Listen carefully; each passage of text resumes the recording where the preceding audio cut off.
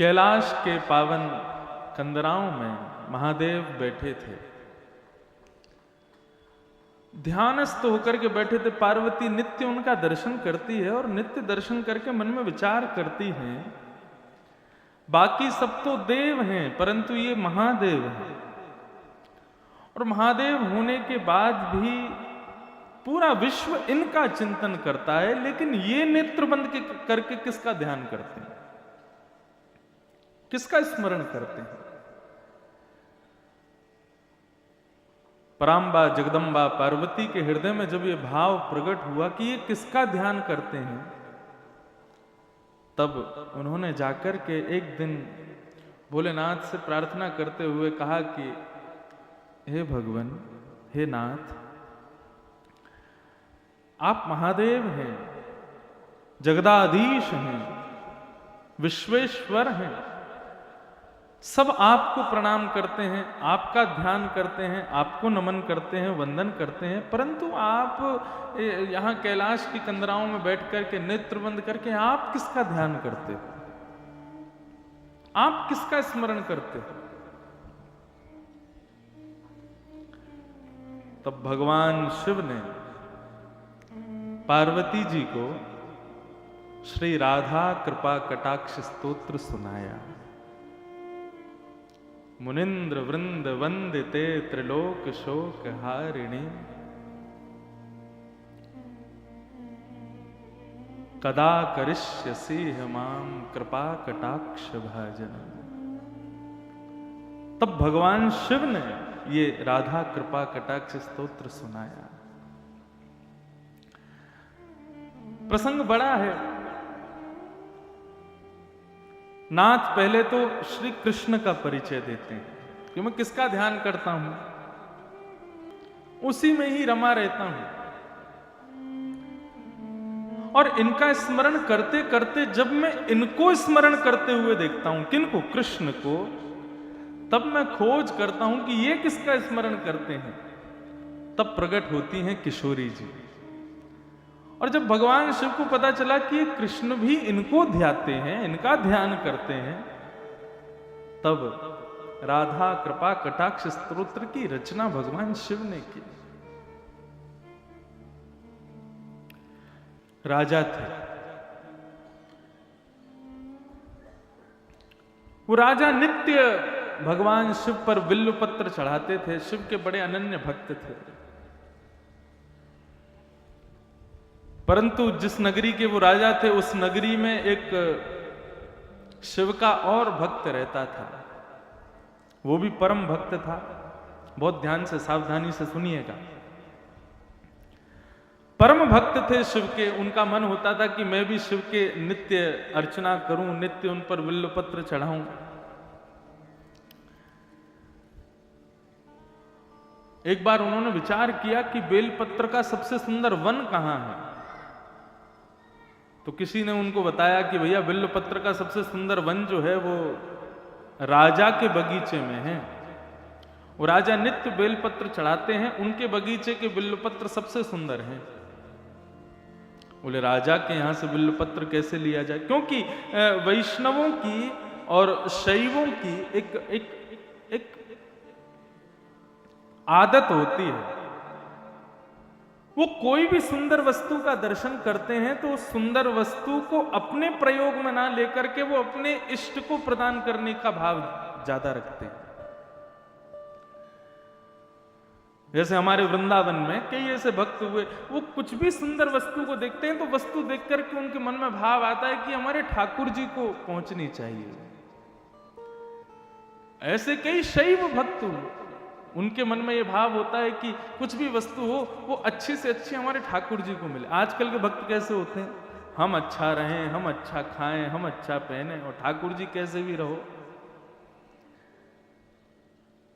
मंदिर में जहां ठाकुर जी विराजते हैं वहां पर कई लोगों के यहां तो पंखे भी नहीं होते। क्यों? विचार ही नहीं उठता मन में। लेकिन कई घरों में मैं जाता हूं, वो अपने सुख सुविधा का इतना विचार नहीं करते, वो सोचते हैं हमारे जो सेवाए ठाकुर जी हैं ना वो सुख से विराजे। ये वैष्णव का स्वभाव है। तो उस व्यक्ति के मन में आता था कि राजा के बगीचे के बिलपत्र चढ़ाया करूं मैं शिव को, तो मेरी सेवा, उससे मैं संतोष मुझे मिलेगा। लेकिन कैसे करूं, इतने सैनिक रहते हैं, इतने सब कुछ रहते हैं। तो उसने मन में विचार किया कि मैं शिव महिम्न स्तोत्र का पाठ करूंगा और इसका पाठ करके अपनी दैवी शक्ति को प्रकट करूंगा। और परिणाम यह हुआ कि शिव महिम्न स्तोत्र का इतना पाठ किया गंगा जल में खड़े होकर के कि उसको अदृश्य होने की शक्ति प्राप्त हो गई। वो जब चाहता तब अदृश्य हो जाता। और उसने उस अदृश्य होने की शक्ति का प्रयोग कहां किया? राजा के बगीचे में जाते और बगीचे में जाके बेलपत्र तोड़ते। जैसे ही सैनिक उसको देखते, सैनिक उसको पकड़ने के लिए आते, तुरंत अदृश्य हो जाता और बेलपत्र लेकर के चला जाता, जाकर के भगवान शिव पर चढ़ा देता।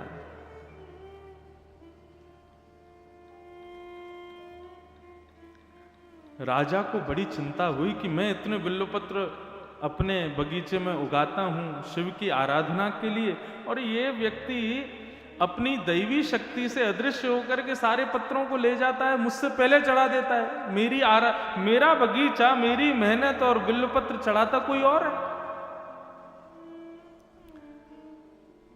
राजा ने ये चिंता जाकर के अपने गुरुदेव को बताई।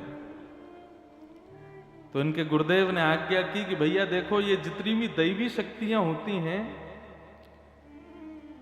इनका नाश कब होता है? कुसंग से नाश होता है, दूषित भोजन करने से नाश होता है,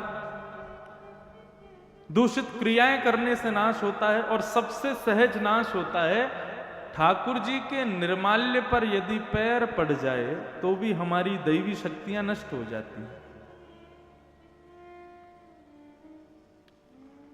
निर्माल्य मतलब ठाकुर जी के गले में चढ़ा हुआ पुष्प है, पत्र है, प्रसाद है, यदि उस पर आपका पैर लग गया तो पैर लगते ही आपकी दैवी शक्ति नष्ट हो जाएगी। हाँ, केवल इतना है कि जहां मंदिर परिसर है, मंदिर परिसर में अगर चढ़ जाए, पैर कहीं लग जाए ठाकुर जी के निर्माल्य पर, तो दोष नहीं है। मंदिर से बाहर यदि ठाकुर जी के निर्माल्य पर आपने पैर रख दिया तो वो घातक है। आप नेत्र बंद करते हो, ठाकुर जी प्रकट हो जाते हैं, उनका दर्शन होता है, यह भी एक दैवी शक्ति है। लेकिन आपकी भक्ति में, आपकी सेवा में यदि लेश होने लग जाए तो समझ लेना आपने कहीं ना कहीं अपराध तो किया है, किसी निर्माल्य पर चरण तो रखा है।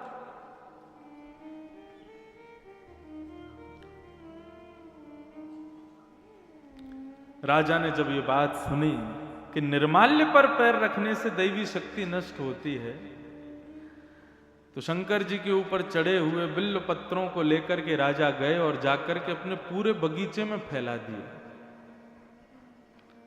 अर्धरात्रि का समय होगा, जब वो भक्त आएगा, वो चोर आएगा, उसको पता नहीं होगा, वो निर्माल्य पर पैर रख देगा तो उसकी शक्ति नष्ट हो जाएगी।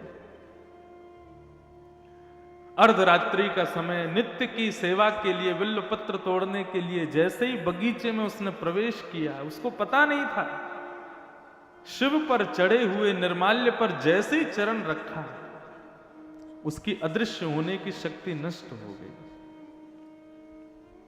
उसको पता नहीं था अभी तक, वो तो दिखाते हुए जाता था, जब सैनिक पकड़ने आते थे तब अदृश्य होता था। आज बिल्वपत्र तोड़ने लगा, सैनिक जैसे ही तलवार लेकर के उसको पकड़ने के लिए जाने लगे, उसने जैसे ही अदृश्य होना चाहा, लेकिन आज वो अदृश्य नहीं हो पाया और सैनिकों ने उसको पकड़ लिया। बोले आज आ गया पकड़ में।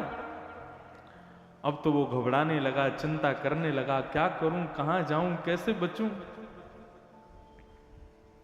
सैनिकों ने राजा को बता दिया, बोले कि आज हमने उसको बंदी बना लिया है, पकड़ लिया है। राजा उसको मारने के लिए जैसे ही समीप आने लगे, उस भक्त ने नेत्र बंद करके महादेव का स्मरण किया और स्मरण करते हुए कहने लगा, हे महादेव, मानता हूं कि मैंने चोरी की है, लेकिन किसकी की? पत्र की है। किस लिए की? आपकी आराधना के लिए की है।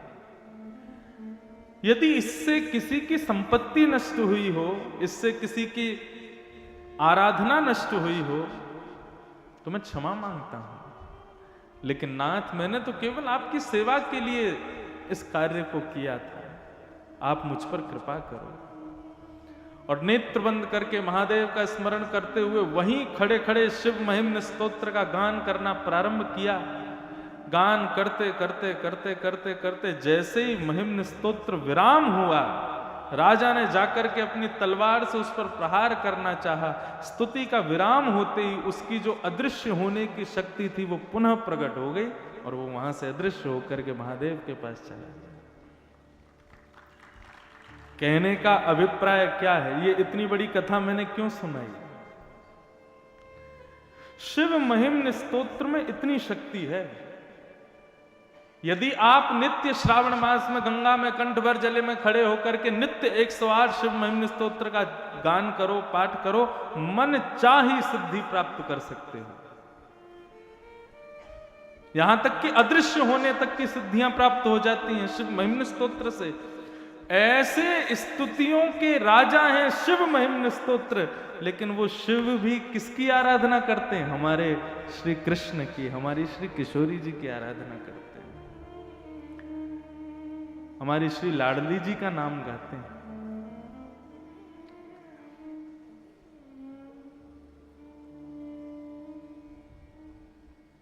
शिव महिम्न स्तोत्र के 108 पाठ, और 108 तो कम बता रहा हूं, 1,00,000 पाठ, एक पुरुष चरण शिव महिम्न स्तोत्र का जितना बल देगा उतना बल केवल श्री किशोरी जी का एक बार राधा नाम कहने मात्र से प्राप्त हो जाएगा।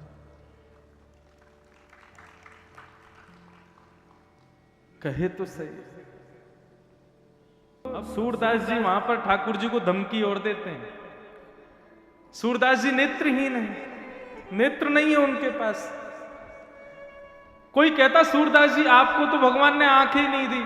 सूरदास जी बोले मुझे भगवान ने आंख इसलिए नहीं दी क्योंकि ठाकुर जी कहते हैं कि भाई संसार इतना मायावी है, जो इसको देखता है वो इसी का हो जाता है। हे सूरदास, मैं तुझे आंखें नहीं दूंगा ताकि तू मेरे अलावा किसी का होए ही ना कभी। सूरदास जी से किसी ने कहा आपको तो आंख नहीं दी भगवान ने, तो सूरदास जी दूसरा उदाहरण क्या देते? बोले मुझे ठाकुर जी ने आंख इसलिए नहीं दी, संसार को आंख दी है। मानो भगवान सबसे कह रहे हैं तुझको आंख दी, तू अपने आप अपना रास्ता देख करके चल, कहीं गड्ढा हो तो बच के चल, कहीं ठोकर आवे तो बच के चल। मैंने सूरदास को आंख क्यों नहीं दी? बोले सूरदास को आंख इसलिए नहीं दी, बोले इसकी उंगली पकड़ के तो मैं ही चलूंगा। आंख नहीं दी तो सूरदास जी तो खुश होते। मुझे आंख इसलिए नहीं दी क्योंकि तुम सब तो अपनी आंखों के वजह से चलते हो, मैं तो ठाकुर जी की उंगली पकड़ के चलता हूं, वो जहां ले जाते हैं वहां चला जाता हूं। लेकिन आज सूरदास जी बड़े उदास, और आज ठाकुर जी से विनती कर रहे हैं, हे नाथ, मैंने जीवन भर आपको हृदय में ही देखा है, नेत्रों से कभी नहीं निहारा क्योंकि मुझे दिखता नहीं, लेकिन मैं इस भाव में था। आपने मुझे नेत्र इसलिए नहीं दिए क्योंकि एक दिन आप प्रकट होकर के मुझे दर्शन दोगे, लेकिन कब होगे प्रकट? हे नाथ, प्रकट हो जाइए ना। और फिर सूरदास जी धमकी देते हैं ठाकुर जी को। सूरदास जी भगवान से कह रहे हैं कि हे नाथ, या तो मुझे दर्शन दो, नहीं तो लेहो करवट काशी। लेहो करवट काशी का मतलब, अब काशी करवट स्थान भी है, लेकिन आपको बताएं काशी एक चीज के लिए और प्रसिद्ध है। क्या? व्यक्ति अपने अंतिम काल में यहां आकर के रहने लग जाते हैं और विचार करते हैं, इंतजार करते हैं अपनी मृत्यु का, क्योंकि ऐसा मान्यता है कि यहां पर मृत्यु प्राप्त होना मतलब सीधा मोक्ष धाम। काशी की आकृति कैसी, हमारे पंडित जी हमको बता रहे थे, कितना सुंदर भाव। काशी की आकृति कैसी है? धनुष आकार में, और इस धनुष का तो नित्य दर्शन मुझको हो रहा है।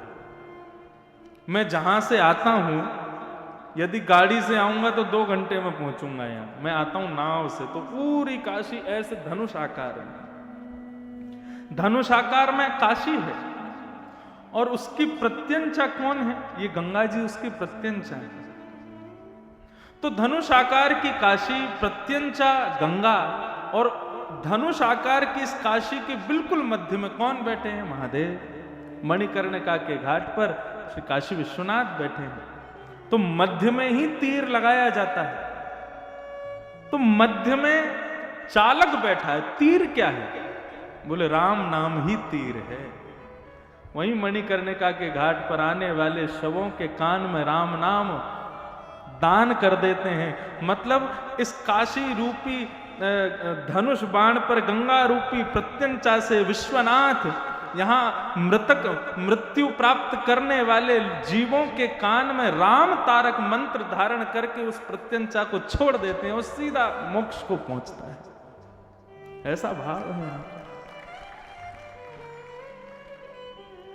तो पहला भाव कि सूरदास जी कह रहे हैं लेहूं करवट काशी, मतलब सूरदास जी कह रहे हैं मैं अन्योन्याश्रय कर लूंगा। अन्योन्याश्रय क्या है? एक पति को छोड़ दूसरे पति से प्रेम विवाह करना, ये अन्योन्याश्रय है। तो सूरदास जी मानो भगवान को धमकी दे रहे हैं, बोले यदि आपने मुझको दर्शन नहीं दिया तो मैं आपको छोड़ दूंगा और मैं काशी के जो विश्वनाथ है ना उनकी शरण में चला जाऊंगा। तो लेहूं करवट काशी, एक भाव तो ये। दूसरा भाव लेहूं करवट काशी का मतलब आपने यदि अब मुझे दर्शन नहीं दिया तो फिर मैं अपने प्राणों का परित्याग कर दूंगा। हम काशी जा रहे हैं, पहले के जमाने में इतना कहना मतलब घर के लोग पांव पकड़ ले, अरे भैया ऐसा मत कहो। क्यों? काशी जाने का मतलब क्या? बोले कि अब सुधार जाएंगे हम। लेहूं करवट काशी, सूरदास जी कह रहे हैं भगवान से। और मैंने ऐसा भी सुना कि एक यहां कुआं है। अब मुझे सत्य तो मेरे को नहीं पता, आप लोग ज्यादा जानते होंगे। उस कुएं में लोग कूद करके अपने प्राणों का परित्याग कर देते थे। वहां नीचे विश्वनाथ भगवान बैठे हैं। तो करवट काशी का मतलब वह भी है कि वहां जाकर के अपने प्राणों का परित्याग कर दूंगा, आदि आदि भाव। लेकिन भाव एक ही है, यदि आपने मुझे दर्शन नहीं दिए तो मैं काशी का आश्रय ले लूंगा। और जैसे ही सूरदास जी ने यह बात कही है, लेहूं करवट काशी, इतने में ही ललित त्रिभंगी वंशी धारी मोर मुकुट धारण किए घुंघराले केश अलकावलियों से सुसज्जित पीतांबरी पहने हुए श्री श्याम सुंदर प्रकट हो गए। जैसे प्रकट हुए तो नूपुरों की ध्वनि हुई, अंग से इत्र की सुगंधी सूरदास का स्पर्श करने लगी। सूरदास जी बोले कौन है मेरे सन्मुख? जैसे ही शब्द सुना सूरदास, सूरदास जी के नेत्र सजल हो गए। बोले नाथ आ गए आप? बोले हाँ मैं आ गया। और जैसे ही सूरदास जी के नेत्रों पे हाथ फेरे हैं और कहा सूरदास नेत्र खोलो, जैसे नेत्र खोल करके देखा सामने ललित त्रिभंगी ठाकुर जी खड़े हैं, मधुर मुस्कुरा रहे हैं, ऐसा सुंदर स्वरूप धारण करके पधारे हैं। ये देख करके सूरदास जी आनंदित हो गए, रोम रोम का दर्शन करने लगे, एक एक अंग का दर्शन करने लगे और सर्वांगीण अंग का दर्शन करके प्रणाम करते हुए ठाकुर जी से कहने लगे अब मुझे फिर से अंधा बना दो। क्यों?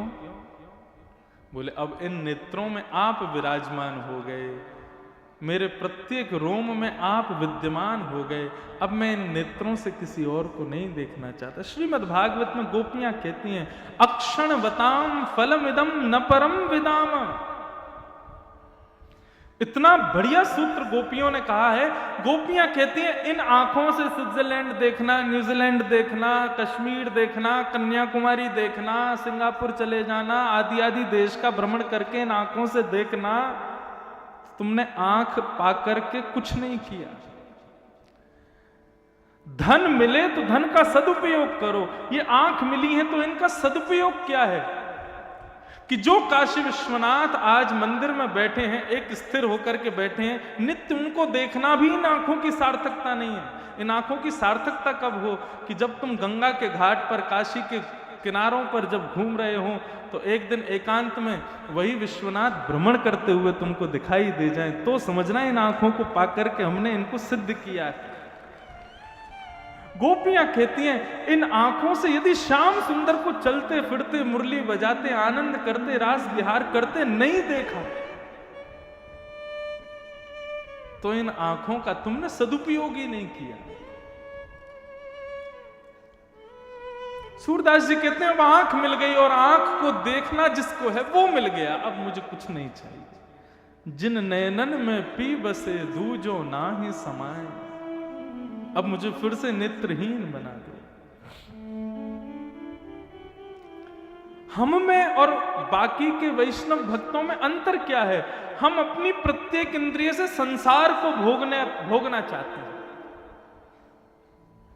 आंखों से सुंदर देख लें, जीभ से सुंदर खा लें, कानों से सुंदर सुन लें, त्वचा का सुंदर से सुंदर स्पर्श कर लें।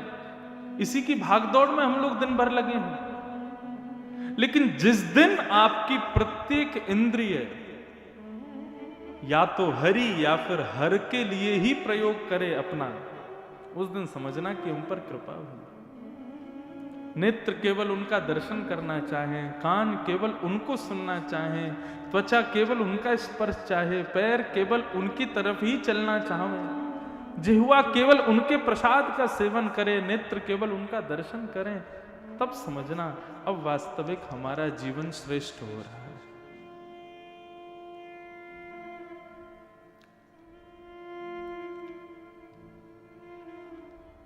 तो ऐसे शिव जो नित्य श्री किशोरी जी का स्मरण करते हैं। हरिराम व्यास जी इतने विद्वान थे कि वे जहां जाते थे वहां के विद्वानों को चुनौती देते थे कि मुझसे शास्त्रार्थ करो, और जिसको बुलाते उसी को हरा देते। बहुत ध्यान से सब लोग इधर देखो, सावधानी से सुनो। काशी में रहने वालों, आपका रहना यहां सार्थक तब होगा जब आपको वृंदावन जाने की इच्छा प्रकट हो जाए। कैसे? सुनो। तो श्री हरिराम व्यास जी ने मन बनाया कि अब मैंने पूरे विश्व भर के विद्वानों को हरा दिया, लेकिन अब बारी है काशी की। काशी विद्वानों की भूमि है, विद्वानों में सर्वश्रेष्ठ है। यहां के विद्वानों को यदि हराया तो लोग मानेंगे कि हां मैं विद्वान। हरिराम व्यास जी अपने सब चेले चपारों के साथ में काशी आ गए, और काशी में आकर के महाराज उन्होंने ऐलान कर दिया कि यहां के जितने विद्वान हैं सबको चुनौती देता हूं। उत्तर मीमांसा, पूर्व मीमांसा, 4 वेदों में से किसी भी भाव को, किसी भी पुराण को, किसी भी उपनिषद को लेकर के आओ, शास्त्रार्थ करो, मुझे हरा करके दिखाओ, तो मानूंगा मैं काशी विद्वानों की भूमि हूं। जब यहाँ के विद्वानों ने उनकी चुनौती सुनी तो आपस में सबने मीटिंग की, बोले कि भैया कौन जाएगा? सबने कहा, बोले हरिराम व्यास जी साधारण नहीं है, हमने इनका शास्त्रार्थ देखा है, अच्छों को हरा देते हैं। हारने में कोई बुरी बात नहीं है, शास्त्रार्थ में तो हारा ही जाता है, एक तो कोई ना कोई हारेगा। लेकिन बात यह है कि उन्होंने विद्वानों को नहीं, काशी को चुनौती दी है। यदि हम में से कोई हारा तो काशी की हार होगी, वाराणसी की हार होगी। तो क्या करें? बोले वाराणसी के राजा के पास चलो। कौन है राजा? बोले विश्वेश्वर। पहुंच गए सब, विश्वनाथ से जाकर के रात्रि प्रार्थना करने लगे, हे विश्वनाथ कृपा करो, ये आए हैं हरिराम व्यास जी, इनसे हमको बचाओ। सब ब्राह्मणों ने जाकर के प्रार्थना की। ब्राह्मण तो प्रार्थना करके चले गए, लेकिन आधी रात में शंकर जी हों चाहे हमारे कन्हैया हों, ब्राह्मणों को दुखी नहीं देख सकते। वैष्णवानाम यथा शंभु, वैष्णवों में तो सर्वश्रेष्ठ हैं शंभु, और वैष्णवों के सर्वधन हैं शंभु। भगवान शिव ने मन में विचार किया, बोले कि भैया काशी की रक्षा की, अब हमारे ऊपर नौक आ गई है। आधी रात में ही एक दीनहीन से ब्राह्मण का वेश धारण किया भोलेनाथ ने, और एक दीनहीन से ब्राह्मण बनकर के, बिल्कुल सादा सरल से ब्राह्मण बनकर के पहुंच गए हरिराम व्यास जी के पास। हरिराम व्यास जी के चेला खड़े थे बाहर, उनसे जाकर के कहा कि महाराज मैं काशी का ब्राह्मण हूं, हरिराम व्यास जी से कुछ पूछने आया हूं। बालकों ने जाकर के बताया, बोले महाराज काशी का कोई विद्वान आया है, देखने में तो दीनहीन सा है लेकिन ब्राह्मण है, विद्वान ही होगा। हरिराम व्यास जी तुरंत उठ करके बैठ के बोले, बुलाओ, शास्त्रार्थ की सब तैयारियां करो। भगवान शिव भीतर गए और जाकर के हरिराम व्यास जी को प्रणाम करके बैठ गए। तो हरिराम व्यास जी ने कहा, शास्त्रार्थ करने आए हो? शंकर जी बोले, नहीं नहीं, मैं तो शास्त्र ही नहीं जानता, अर्थ क्या करूंगा, मुझे तो कुछ भी नहीं पता। मैंने सुना है आप बहुत विद्वान हैं, तो एक प्रश्न था मन में, उसका उत्तर जानने आया। हरिराम व्यास जी बोले, ये कोई समय उत्तर पूछने का? सुबह आना चाहिए था, इस समय तो हम शास्त्रार्थ के लिए बैठे हैं। बोले अच्छा, तो आप मेरे प्रश्न का उत्तर दे दीजिए, उसके बाद हम शास्त्रार्थ कर लेंगे। बोले पूछो, क्या है तुम्हारा प्रश्न? भगवान शिव बोले, महाराज मैं ये जानना चाहता हूं कि विवेक किसे कहते हैं? हरिराम व्यास जी बोले, विवेक जानने आए हो? बोले हाँ, मैं ये जानने आया हूं विवेक कहते किसको है। कथाओं में सुना है, बिनु सत्संग विवेक न होई, राम कृपा बिनु सुलभ न सोई। राम जी कृपा करके विवेक देते हैं, तो ये विवेक क्या है, मुझे विवेक के बारे में बताइए। हरिराम व्यास जी बोले, विवेक का मतलब होता है सद असद का ज्ञान होना, सही गलत की पहचान होना। सद असद का ज्ञान ही विवेक है। महादेव मुस्कुराने लगे, बोले मिल गया उत्तर? बोले उत्तर तो मिल गया, लेकिन प्रभु मैं ये कहना चाहता हूं सही गलत का ज्ञान होना विवेक है, तो मैं आपसे दूसरा प्रश्न ये करना चाहता हूं, क्या आप विवेकी हो? क्या आपके पास विवेक है? हरिराम व्यास जी बोले, कैसी बात करते हो? बोले नहीं, मैं बस ये पूछना चाहता हूं, आप विद्वान क्यों हुए? आपने इतनी पढ़ाई की, इतना अध्ययन किया, इतने विद्वान बने, किस लिए? केवल ब्राह्मणों को हराने के लिए? विद्वान इसलिए बना जाता है? क्या यही विवेक है आपका? कोई व्यक्ति अध्ययन करता है तो अध्ययन करके उसका कोई ना कोई विचार होता है कि मैं इस ग्रंथ को क्यों पढ़ रहा हूं, उसके पढ़ने के बाद मैं ऐसा करूंगा, मैं ये करूंगा, ये मेरा सत्संकल्प है। लेकिन आपका संकल्प तो हमको इतना मालूम पड़ता है कि आप विद्वान केवल और केवल इन बेचारे सीधे भोले भाले ब्राह्मणों को हराने के लिए बने हो। इतनी विद्या आपने अपने भीतर समा रखी है केवल ब्राह्मणों को हराने के लिए। क्या यही विवेक है आपका? कितने ब्राह्मणों को निराश कर देते हैं आप, कितने ब्राह्मणों को हरा करके हताश कर देते हैं और फिर खुद को विद्वान कहते हैं। क्या यही विवेक है आपका? हरिराम व्यास जी तो मौन चुप बैठे। चेलाओं से कहा बाहर जाओ, गेट बंद करो। बाहर चले गए, गेट बंद कर दिया। हरिराम व्यास जी अपने आसन से उतरे और पैर पकड़ के बोले, तुम ब्राह्मण नहीं हो, कौन हो, जल्दी बताओ। आप साधारण नहीं हैं, आप कौन हैं? रूप बदल करके आए हैं। इतना विद्वान तो मैं हूं कि मुझे पहचान है कि सामने बैठा व्यक्ति कौन है। आपके शब्द, आपके नेत्र मुझे अपनी ओर आकर्षित कर रहे हैं। आप साधारण नहीं हैं, कौन हैं? प्रकट हो जाइए। इतने में ही ध्याये नित्यम महेशम रजत गिरिनिभं चारु चंद्रावतंसं रत्नाकल्पोज्ज्वलांगं पयशु मृगवराभीति हस्तं प्रसन्नं पद्मासीनं समन्तास्तुतममरगणैः व्याधिकृत्यं वसानं विश्वाद्यं विश्ववन्दनम् अखिलभयहरं पंचवक्त्रं त्रिनेत्रं। देवादिदेव महादेव श्री विश्वनाथ भगवान प्रकट हो गए। जैसे ही दर्शन किया है, हरिराम व्यास जी रुदन करने लगे, पूरा शरीर कंपायमान हो गया, चरणों में गिर गए, क्षमा मांगने लगे। बोले नाथ मुझे क्षमा कर दो। भोलेनाथ ने अपने हृदय से लगाया, बोले हरिराम व्यास तुम साधारण नहीं हो, तुम तुम बहुत विद्वान हो, लेकिन तुमको विद्वत्ता इसलिए प्राप्त नहीं हुई कि तुम ब्राह्मणों को हराओ। अरे तुम तो हमारे कुंज बिहारी के, हमारी श्री किशोरी जी की नित्य सखी हो, नित्य सहचरी हो, तुम विशाखा का अवतार हो। तुम्हारे लिए ये काम नहीं है कि तुम जा जा करके और विद्वानों को हराओ।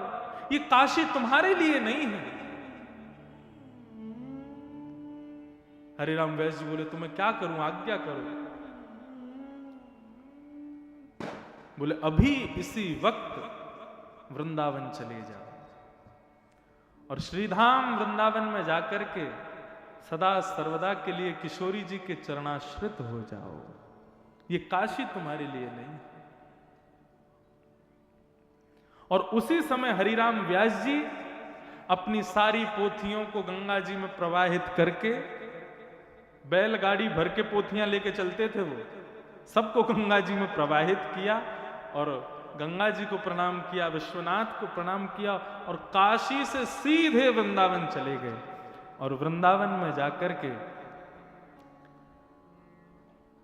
वृंदावन के कुंज हमारे मात पिता गुरु बंधु, वृंदावन के लता वृक्ष बल्लरियों को ही अपना भाई बंधु परिवार सखा ये सब के रूप में स्वीकार कर लिया। ठाकुर जी के एक भक्त हुए, उनका नाम था श्री कुंभन दास। क्या नाम था? कुंभन दास। कुंभन दास जी जब गाते थे ना, तो जिस राग को वो गाते थे वो राग सामने खड़ा हो जाता था हाथ जोड़ करके और नेत्रों से आंसू बहाता रहता था। वो कृतकृत्य मानता था स्वयं को जब कुंभन दास जी उसको गाते थे।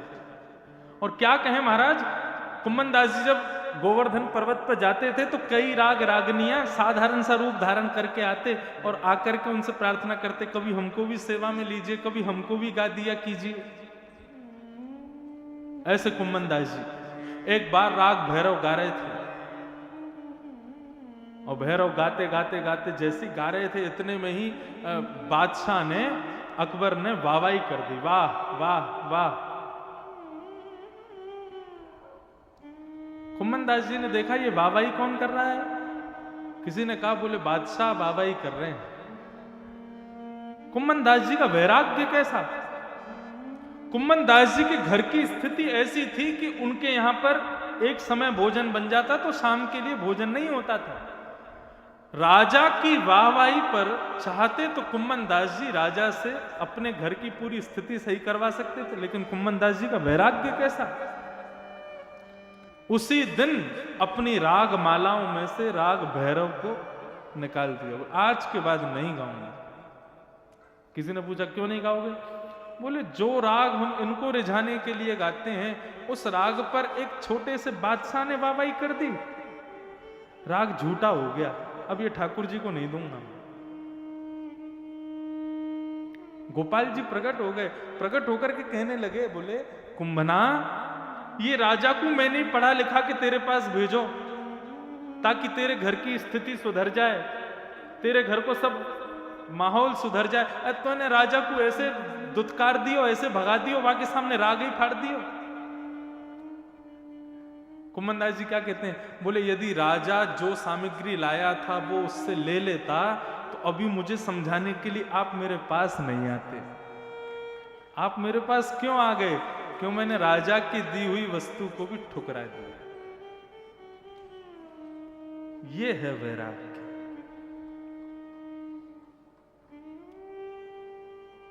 बहुत ऊंची स्थिति है, यहां हम सुन ही सकते हैं, इन स्थितियों को कर नहीं सकते।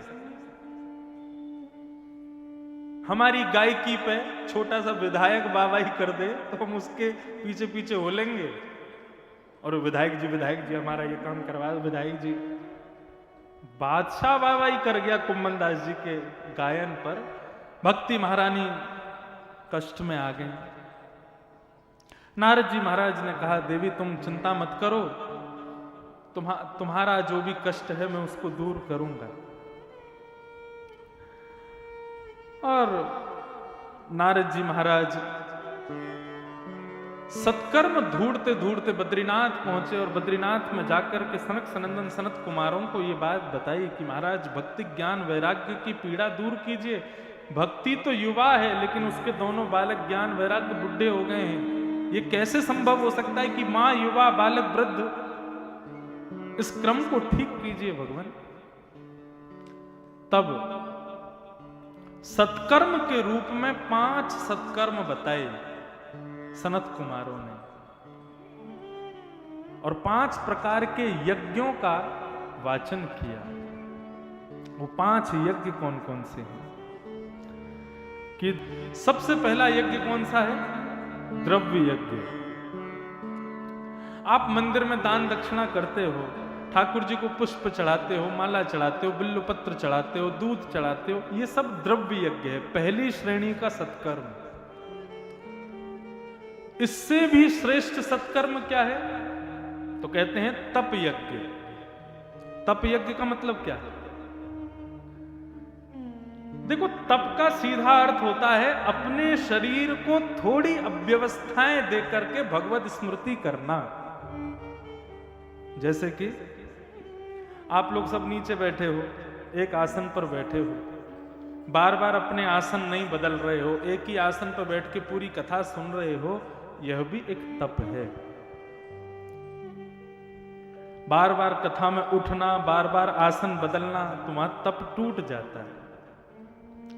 शरीर को व्यवस्थाओं से विमुख करना और फिर भगवत आराधन करना, उसी को तप कहते हैं। तो ठाकुर जी पर दूध चढ़ाना, बिल्वपत्र चढ़ाना, आदि आदि चढ़ाना, ये तो एक निम्न कोटि का तप है, निम्न कोटि का यज्ञ है। उससे श्रेष्ठ यज्ञ क्या है? बोले तप यज्ञ।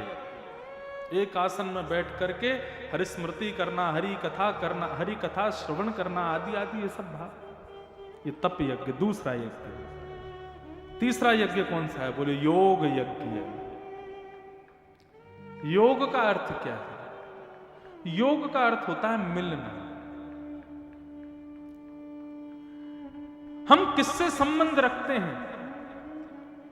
वैष्णवों से संबंध रखते हैं, भक्तों से संबंध रखते हैं, जिसके सिर पर उर्ध्वपुंड है, त्रिपुंड है, उससे संबंध रखते हैं। जो ठाकुर जी की आराधना करता है, ठाकुर जी की भक्ति करता है, ठाकुर जी का नाम गान करता है, उससे संबंध रखते हैं। यह योग यज्ञ है। जो हरि का नहीं वो हमारा नहीं, ऐसी भावना। अच्छा, इस भावना को भी बहुत ध्यान से सुनिए। आप घर में रहते हैं, घर के कई सदस्य हरि के नहीं हैं, तो वो आपके भी नहीं हैं। वैसे तो आज्ञा शास्त्र की यही है, गुरु को छोड़ो, पत्नी को छोड़ो, पति को छोड़ो, माता पिता को छोड़ो, यदि वो भगवत मिलन में बाधा बनते हो तो। लेकिन यहां पर एक चीज होती है, क्या? व्यवहारिक धर्म नष्ट हो जाता है, और व्यवहारिक धर्म नष्ट करना भी एक प्रकार से पाप है। तो फिर क्या किया जाए? बहुत सरल है, लेकिन करना थोड़ा कठिन है। सुनो, अपने शरीर से संबंधों का निर्वहन करो, पर मन से त्याग करो।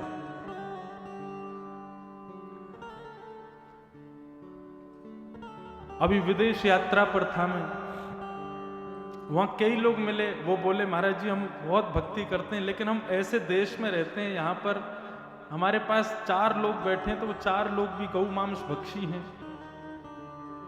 उल्टा सीधा खाते हैं, उल्टे सीधे रहते हैं, क्या करें? उनका संग तो करना पड़ता है। मैंने कहा देखो, हमारे शास्त्राज्ञा करते हैं कि हमारे धर्म में शारीरिक उपस्थिति से ज्यादा मानसिक उपस्थिति को ज्यादा श्रेष्ठ माना जाता है। आप शरीर से कहीं उपस्थित हो लेकिन मन से उपस्थित नहीं हो तो आपकी उपस्थिति दर्ज नहीं होगी। लेकिन आप कहीं शरीर से नहीं हो, मन से वहीं का स्मरण कर रहे हो तो आपकी उपस्थिति नित्य मानी जाएगी। जैसे हमारे यहां गाते हैं, प्यारे राधा वल्लभ लाल मन रखियो अपने चरणन में। हम भले ही तन से काशी में रहें, लेकिन हे राधा वल्लभ लाल, हमारे मन को सदा अपने चरणों में रखना। तुम मन से यदि नित्य गंगा के तट पर बैठ कर के भी आप वृंदावन का स्मरण करते हो तो आपके बही खाते में, आपके जीवन खाते में आपकी नित्य की उपस्थिति काशी की ना हो के ब्रज की मानी जाएगी। क्यों? बोले तन से भले ही कहीं भी बैठे थे लेकिन मन से तो नित्य वृंदावन का स्मरण करते थे। तो हमारे यहां तन की उपस्थिति को श्रेष्ठता नहीं मानी गई, मन की उपस्थिति को श्रेष्ठता दी गई है। मतलब आप तन से संबंधों का निर्वहन करो लेकिन मन से ना करो, तो मन से जो काम नहीं किया है वही श्रेष्ठ माना जाएगा। हरि विमुख करने वाले यदि परिवार के भी हैं तो तन से तो संबंध निभाओ, मन से मत निभाओ बस। लेकिन वो मन का त्याग तन पर हावी नहीं होना चाहिए, वो तन पर दिखना नहीं चाहिए। बहुत कठिन है। या तो देखो मीराबाई जैसे हो जाओ, या तो तुलसीदास, रैदास, सूरदास आदि जैसे हो जाओ, बिल्कुल सबको छोड़ छाड़ के चले जाओ। लेकिन सबके बीच में रह रहे हो तो फिर तन के संबंधों को निभाओ, मन से भले ही मत निभाओ। तन के संबंधों का निर्वहन करना चाहिए। ये बात हम क्यों बता रहे हैं? योग यज्ञ। योग यज्ञ का मतलब उनसे संबंध बनाओ जो ठाकुर जी से संबंध रखते हैं। द्रव्य यज्ञ, तप यज्ञ, योग यज्ञ, और उसके बाद चौथा आता है स्वाध्याय यज्ञ।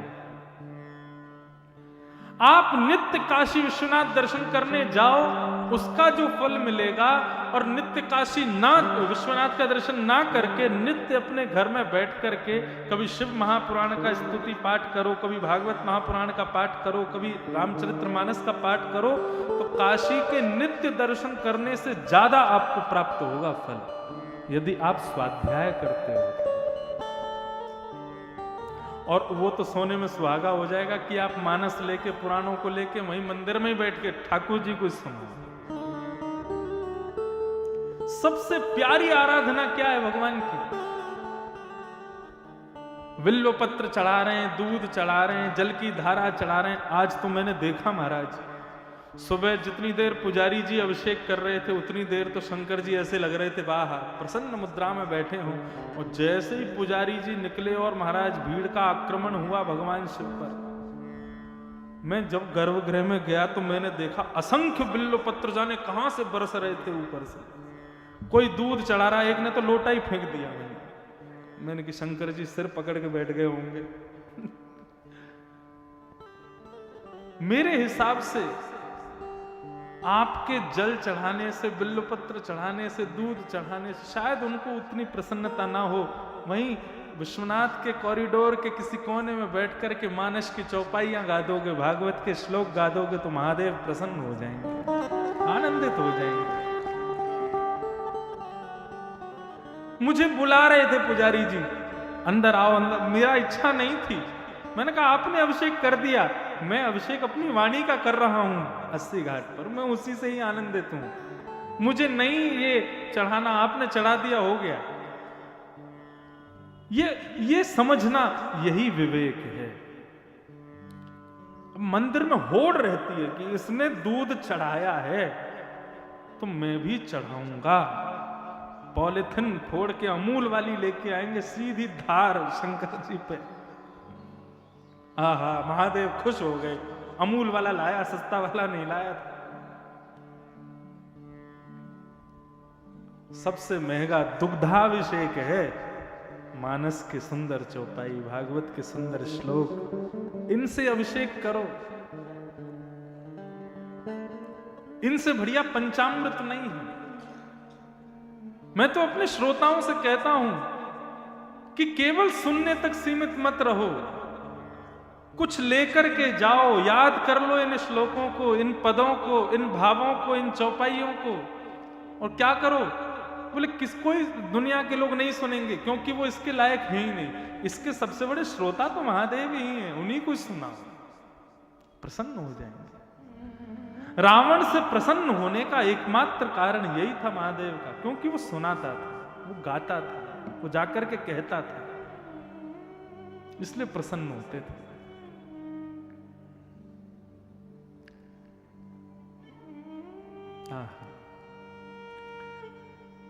तो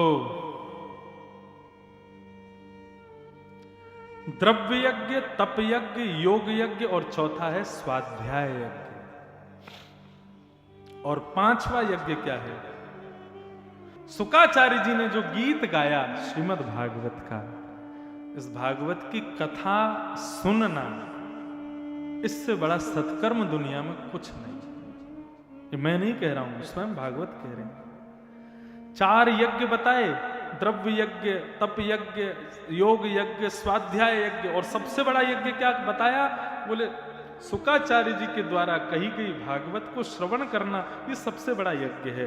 इसको करने मात्र से सारे यज्ञ प्राप्त हो जाते हैं।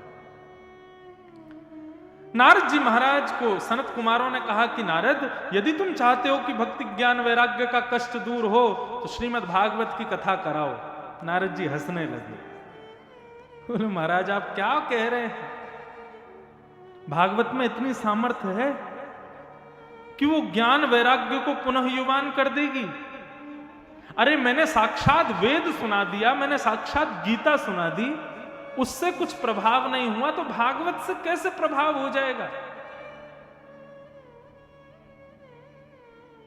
बहुत सुंदर बात कहते हैं सनत कुमार। सनत कुमार कहते हैं, कितना अच्छा तथ्य दिया है यहां पर सनत कुमारों ने, आहा मजा आ गया सुन के। क्या कहते हैं? बोले आप कहते हो कि आपने भक्ति ज्ञान वैराग्य को वेद सुना दिए, तो जो काम वेद नहीं कर पाए वो भागवत कैसे करेगी? बंधुओं, वेद में और भागवत में अंतर क्या है? वेदों से ही प्रकट हुई है भागवत। चतुर्वेद, ऋग्वेद, यजुर्वेद, सामवेद, अथर्ववेद, उनका ही अर्थ है श्रीमद् भागवत।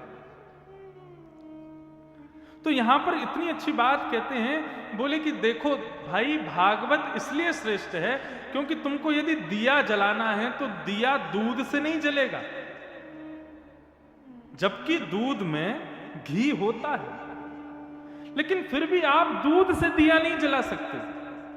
यदि आपको दिया जलाना है तो दूध को बासा करना पड़ेगा, जब वो दही बन जाएगा तो उसको मथना पड़ेगा, जब उसको मथोगे तो नीचे छाछ रह जाएगी, ऊपर मक्खन आएगा, उस मक्खन को घी बनाना पड़ेगा, जब वो घी बन जाएगा तब उसको दिए में डालोगे, अग्नि प्रज्वलित करोगे, दिया जल जाएगा। आपके एक हाथ में एक गिलास दूध दे दिया जाए, दूसरे हाथ में एक गिलास घी दे दिया जाए और कहा जाए एक को छोड़ना पड़ेगा, किसको छोड़ोगे? किसका त्याग करोगे? दूध का कि घी का? दूध का कर दोगे। क्यों? घी उसका तत्व है, घी मूल्यवान है, घी वो प्रदान कर सकता है जो दूध में शक्ति नहीं है। तो श्रीमद् भागवत, वेद क्या है? बोले वेद दूध है, और श्रीमद् भागवत उसी दुग्ध से प्रकट हुआ घी है। ये जीवात्मा रूपी दिए जो हैं, ये जीवात्मा रूपी, श्रोता रूपी दिए जितने भी बैठे हैं, इनको दूध से प्रज्वलित करना चाहोगे कभी नहीं हो पाएंगे। इनको प्रज्वलित करना है तो उसके लिए घी ही डालना पड़ेगा, और श्रीमद् भागवत घी है। तभी देव आनंदित होते हैं जब घी का दिया जलता है। श्रीमद् भागवत घी के समान। भूख लगने पर आम के वृक्ष को खाओगे तो ना तो पेट भरेगा ना स्वाद आएगा, लेकिन उस वृक्ष पर ही प्रकट होने वाले आम को खाओगे तो पेट भी भर जाएगा, स्वाद भी आ जाएगा। वृक्ष वेद हैं और उन वृक्षों का पका हुआ फल श्रीमद् भागवत है। निगम कल्प तरोर गलितम फलम सुखमुखाद मृत द्रव संयुतम पिबत भागवतम रसमालयम मुहुर्हो रसिका भुवि भावुका। कल्प तरोर गलितम फलम, पका हुआ फल है श्रीमद् भागवत वेद का, इसका सेवन करो। तब नारद जी की दृष्टि खुली। नारद जी ने कहा अब तो भागवत की कथा ही करानी है, कहां कराई जाए? बोले आनंद नाम के वन में कराओ। गंगा द्वार समीपे तू तटमानंद नामकम, हरिद्वार से पहले एक आनंद नाम का वन पड़ेगा जिसको ऋषिकेश कहते हैं, वहीं पर ये भागवत की कथा कराओ। और भागवत की कथा करेगा कौन? बोले व्यास तुम खुद खोज के लाओ। नारद जी बोले अब आपने स्थान बताया, आपने भागवत का मार्ग बताया, कथा भी आप ही सुनाओ। और सनक सनंदन सनातन सनत कुमार व्यास बने। भागवत की कथा आनंद नाम के वन में हुई, नारद जी उसके श्रोता बने और यजमान भक्ति ज्ञान वैराग्य बने। जैसे ही भक्ति ज्ञान वैराग्य वहां पर प्रकट हुए, कैसे प्रकट हुए कि भक्ति सुतौ तौ तरणौ गृहीत्वा प्रेमैकरूपा सहसा विरासे, श्री कृष्ण गोविंद हरे मुरारे नाथेति नामानि गुरुपदे। भक्त ज्ञान वैराग्य तीनों युवा होकर के नृत्य करते हुए श्री कृष्ण गोविंद हरे मुरारे हे नाथ नारायण वासुदेव कीर्तन करते हुए वहां पर प्रकट हो गए। भक्ति ज्ञान वैराग्य तीनों ने नारद जी को और व्यास को प्रणाम किया और नारद जी से कहा हमारे लिए उचित स्थान बताओ, हम कथा पंडाल में कहां बैठे। नारद जी ने इतना सुंदर स्थान दिया, बोले कि हे भक्ति महारानी, ये जितने भी वैष्णव कथा श्रोता बैठे हैं इनके हृदय रूपी आसन पर जाकर के आप बैठ जाए। निरंतरम वैष्णव मानसा। और ज्ञान वैराग्य की वृद्धता दूर हुई